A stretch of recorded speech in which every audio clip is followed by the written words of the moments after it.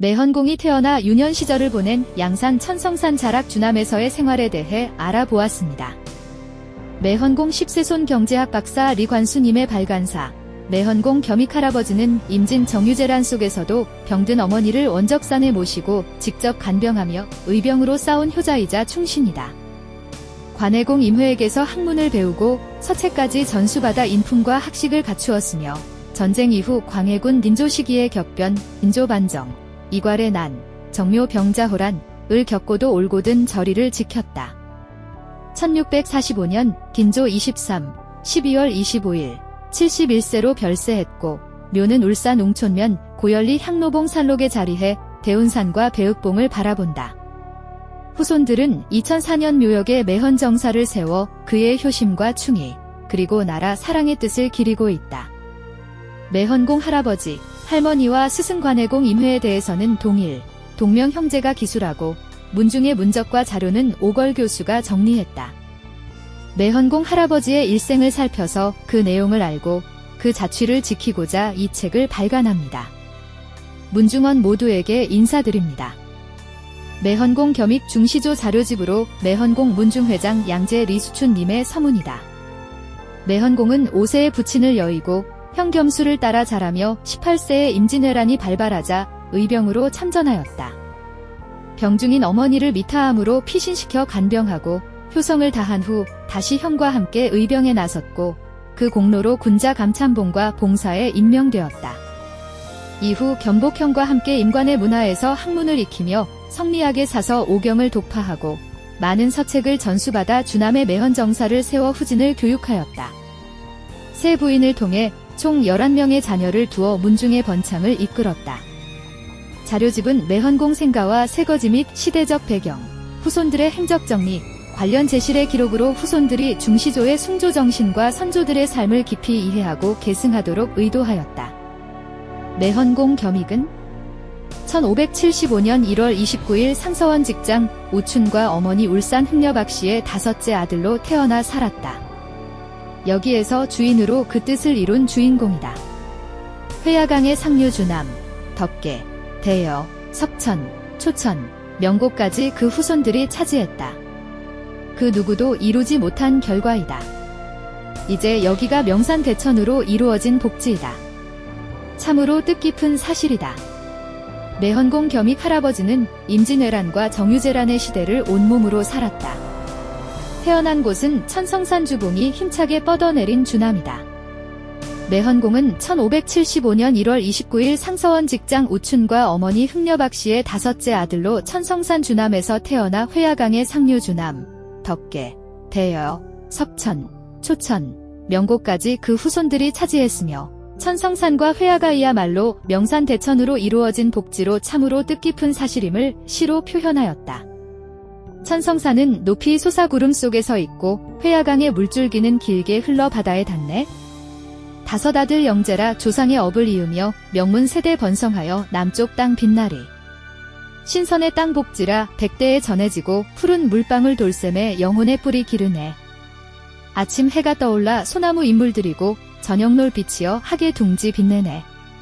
조상의 덕은 산악처럼 깊고 높으며 후손들은 한마음으로 가품을 지키리. 옛일을 그리워하며 천년의 뜻을 기리고 시와 글 가득한 집에 영원한 빛이 넘치네. 매헌공의 삶과 그 후손들의 터전을 기리는 천성산의 자연과 가문의 번영이 조화롭게 어우러진 느낌을 담았습니다. 매헌공 겸익 할아버지가 태어난 곳이 천성산 주봉이 힘차게 뻗어내린 주남이며 천성산은 유라시아에서 가장 먼저 해가 뜨는 영지로 원효대사께서 자기의 이름대로 첫 새벽의 성지에서 정기를 받고 자랐음을 표현하는 시이다. 천성산 주봉에 자줏빛 노을이 피어나고 동해의 첫 해가 솟아옥 같은 모래를 비추네. 맑은 바람 산을 스치며 신령한 기운 전하고 범종의 소리 울려 퍼져 푸른 하늘에 닿으니 원효대사 수행하며 큰 도리를 깨달아 성스러운 땅에 상서로운 빛이 온 집에 비치네. 깊은 계곡 숨겨진 상서로운 혈맥을 품고 학은 춤추고 소나무 바람에 불꽃 같은 꽃이 피네. 조상의 덕은 천추에 번성하는 은혜로 이어지고 후손들은 한 줄기로 하늘의 빛을 지키리. 자줏빛 구름과 상서로운 기운이 고향을 감싸고 시와 예절 전해져 만세의 길이 빛나리. 천성산의 신령함과 매헌공의 유산, 원효대사의 정신까지 함께 아우르는 시로 서술하였습니다. 겸익 할아버지의 유년 배움과 문무 수련. 겸익 할아버지께서는 5살에 부친을 여의고 근면한 모친 흑려박 씨의 손에서 자라며 학문에 힘썼습니다. 형님들에게서 지혜를 배웠고 어린 시절부터 서당에서 글을 익혀 어머니의 정성을 저버리지 않으려 했습니다. 15세는 범어사로 유학하여 불경과 병서를 익히며 문무를 겸비한 인재로 자라났습니다. 검술과 경전을 수련하고 형제들의 가르침 아래 부지런히 노력하여 가문의 영광을 이룰 자질을 갖춘 인물로 성장하였습니다. 이 모든 배움과 수련은 어머니의 은혜에 보답하려는 효심에서 비롯된 숭고한 삶의 시작이었습니다. 매헌공 겸익 1575에서 1645은 임진 정유재란 속에서 병든 어머니를 간병하며 의병으로 참전한 효자이자 충신이며 학문의 정진한 지식인이다.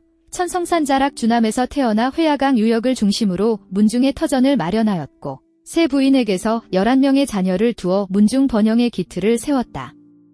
그의 삶은 실천과 학문의 조화로 시대를 이끌었고 오늘날 우리는 이를 통해 역사에서 교훈을 찾고 현실을 직시하며 미래를 준비해야 한다.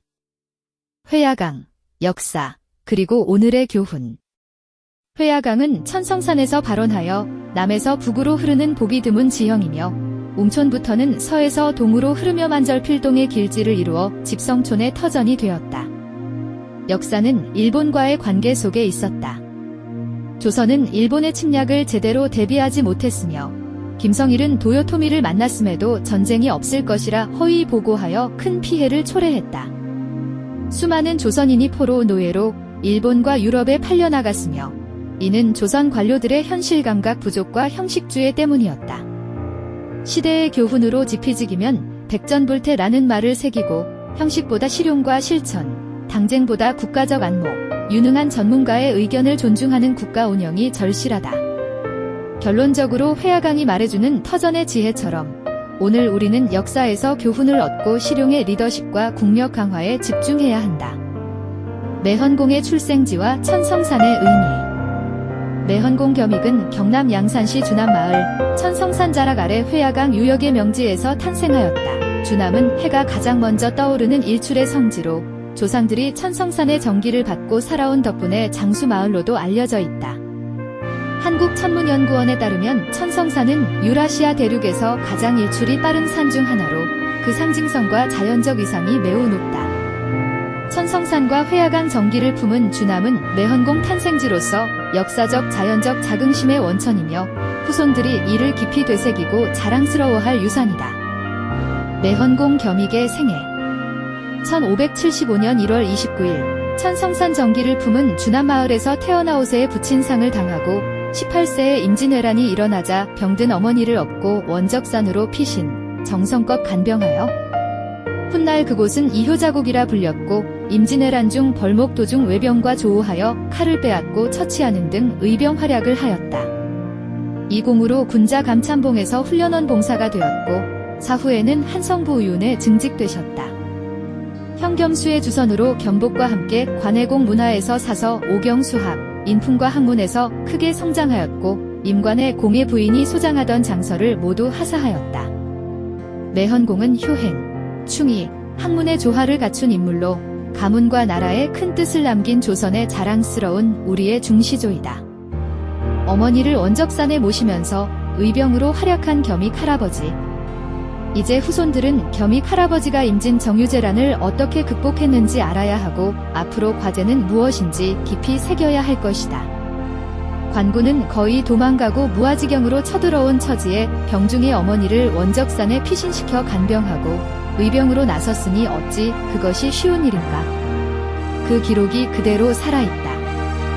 매헌공의 가계와 후손배 정부인 방성문 씨의 슬하에 인한 찬발, 윤발을 두었고 삼척심씨 1596년생 슬하에는 삼남, 번발, 헌발, 흥발을 두었고 강원도로 이주했다는 설외의 후손은 불분명하다. 배 정부인 일직손씨 필서공의 여식는 육남을 두었으며 정원은 요절하고 정원, 정애, 정내, 정지, 정신은 효우와 문학으로 이름이 높았다.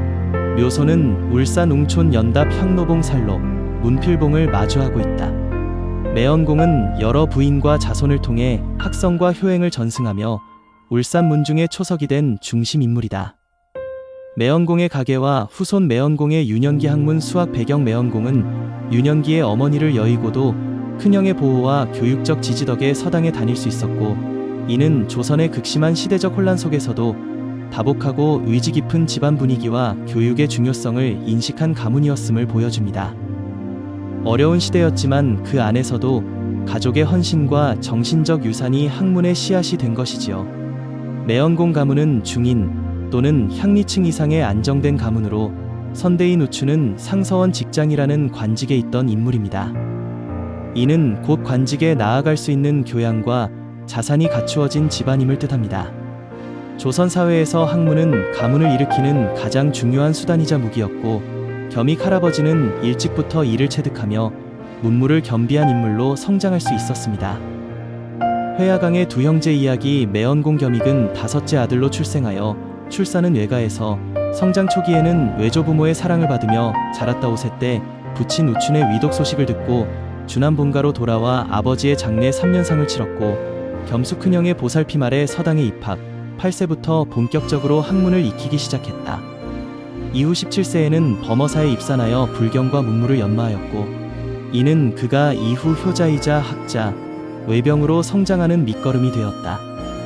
범어사에서 학업 어머니 흥려박씨를 따라 예가를 오가면서 열심히 학문을 닦고 있을 즈음 겸익 할아버지 17세 때 범어사에서 공부를 하셨다. 이듬해 할아버지 18세가 되는 1592년 선조 25년 4월 13일 봄에 임진왜란이 일어나 예군이 물밀듯이 쳐들어 오므로 짐을 사서 급히 본가로 돌아와서 겸수 형님을 따라 의병에 나섰다. 임진왜란 속 두 형제의 의병 활동과 가족 구출한 이야기로 1592년 선조 25년 4월 13일 18세가 된 매연공 겸익은 임진왜란 발발과 함께 형 겸수와 함께 의병에 참여하였다.